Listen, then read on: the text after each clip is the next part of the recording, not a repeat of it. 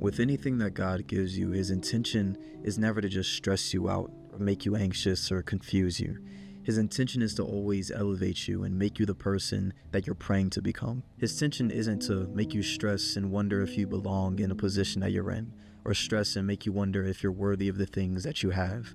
That's never, ever, ever God's intention. So if you're ever in a position where you're constantly thinking that you're not worthy of something, or you're constantly anxious, constantly stressed out, constantly confused of the outcome, then I think you should start questioning whether or not this is from God.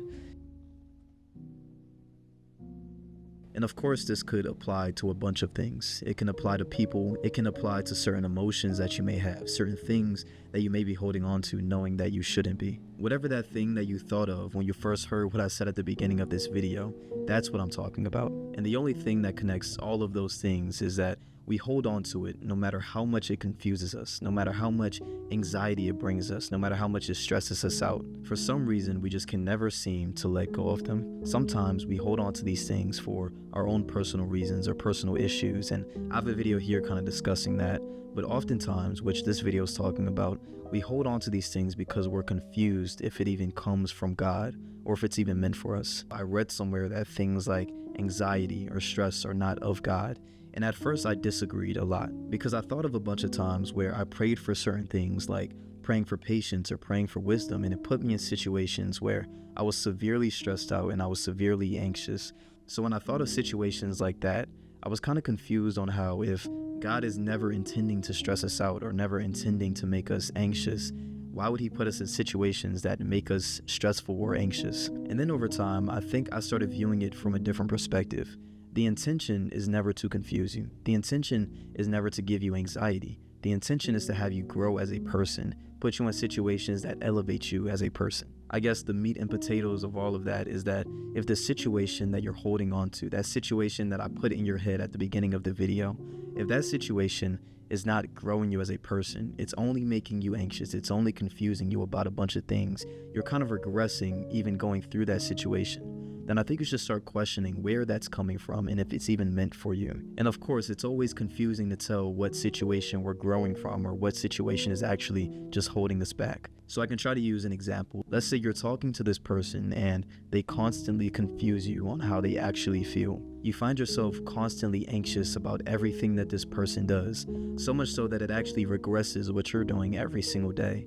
You start to eat a little less because you're constantly stressed out. You start to sleep a little less because you're constantly questioning, staying up at night wondering if this person thinks of you in a way that you want them to think about you. You're walking through your life with that person on your mind 24/7, constantly confused, anxious, and just fearful of what they think of you. I would argue that this situation is not growing you in the slightest. It's not putting you in a position to become a better person. It's simply just holding you back. And I feel like when you have situations like this is a prime example of when you just need to let something go instead of holding on to it. If something is truly meant for you, it is going to be for you eventually. Of course, getting what you want isn't always going to be easy. Of course, there's going to be a chase involved when you're pursuing the things that you want.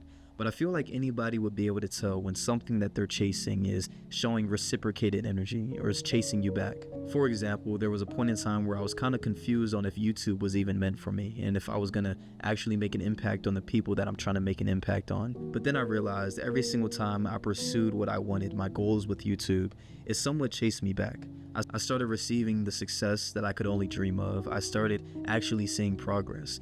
And then in that moment, when I actually realized the fact that this entire thing was somewhat chasing me back, I realized it was meant for me. Another example, when you have that person that's playing hard to get, you need to take a step back and realize they're not playing hard to get, you're playing hard to get rid of. If a person was truly meant to be in your life, they're not going to sit there and run from you every single chance they get. If a person is truly meant to be in your life, they're going to show reciprocated energy. They're going to actually prove to you and show to you that they want to be in your life the same way you want them to be in your life. I feel like your life will genuinely change the second you can differentiate when God is pushing you towards something and when God is pushing you away from it. Not only is it going to save you a ton of time, it's going to save you a bunch of anxiety. It's going to just make you overall a lot more peaceful. God will never make you feel like you're not worthy to be in the position that He put you in. God will never put you in a situation where you're constantly anxious every single second of the day. And I feel like subconsciously, a lot of us already know those things that aren't from God.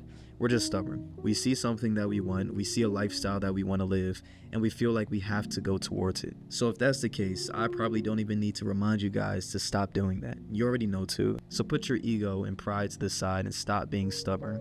What is meant for you will be for you. Have faith in the fact that things that are for you will eventually gravitate towards you. Only pursue those things that are going to reciprocate, or even have the potential to reciprocate. Because imagine you're chasing that one person that has no interest in your life. They are clearly running away from you. They clearly don't want to be in your life.